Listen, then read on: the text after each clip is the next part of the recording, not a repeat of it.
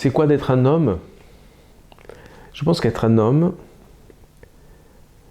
c'est quelque chose, j'ai lu quelque part, et c'est très machiste, hein, ce que je vais dire, c'est très sexiste, et excusez-moi, je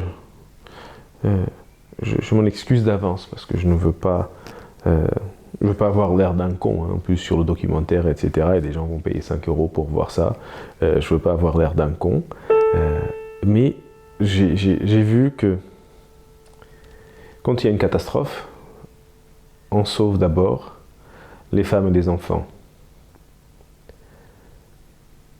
Une femme est célébrée parce qu'elle est. Quand tu es une femme, tu peux donner la vie. Tu es. La femme est. C'est important. Alors que l'homme devient. Un homme n'est pas né un homme. Un homme est né un enfant. Et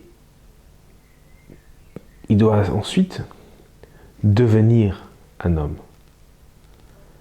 Devenir un homme. Il passe d'une catégorie de Titanic, imaginons les femmes et les enfants d'abord, mais quand est-ce que tu, en tant que homme ou garçon, quand est-ce que tu arrêtes d'être un enfant et que tu n'as plus droit à aller dans le bateau de sauvetage? À quel moment ça arrive? Et est-ce que ça arrive de façon consciente ou est-ce que ça arrive de façon étrangère à toi? Est-ce que c'est quelque chose qui t'est imposé? Je pense que l'on devient un homme. Il y a les rites de passage, comme la mutilation, l'excision des filles. Il y a des tribus aussi qui pratiquent la circoncision à des enfants qui ont déjà, je ne veux plus dire de bêtises, mais entre 8 et 13 ans, quelque chose dans le genre. Heureusement, on peut beaucoup plus facilement se passer d'un prépuce que d'un clitoris, et les conséquences physiques sont complètement différentes. Donc la seule chose qui reste, finalement, c'est le trauma, qui est pareil, mais les conséquences sont évidemment beaucoup plus graves dans le cas d'une excision. Mais on devient un homme. On devient un homme. Et on n'est pas un homme par défaut. On ne dit pas à une femme, allez, sois une femme. Non. Une femme, c'est une femme.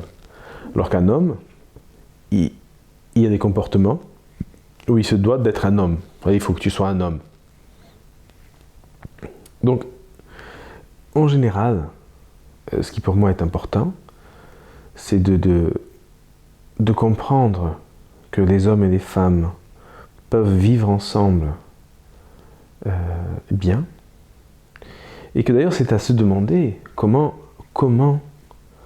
les hommes et les femmes ont fait pour arriver jusqu'au présent en vivant avec une certaine harmonie. Mais je peux pas dire qu'il y a une harmonie, parce que l'homme a dominé la femme depuis la nuit des temps. Donc ce n'est pas une harmonie que nous avons eue jusqu'à présent. Je ne sais pas comment on a fait. Honnêtement, je ne sais pas comment ça a pu se produire et comment les hommes ont pu établir une dominance telle sur la femme, une soumission telle sur la femme. Comment on a fait pour vivre jusqu'à présent? C'est très étonnant, mais c'est merveilleux aussi.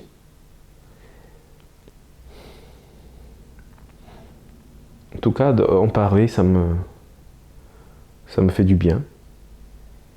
Et je vous remercie de m'avoir interviewé pour votre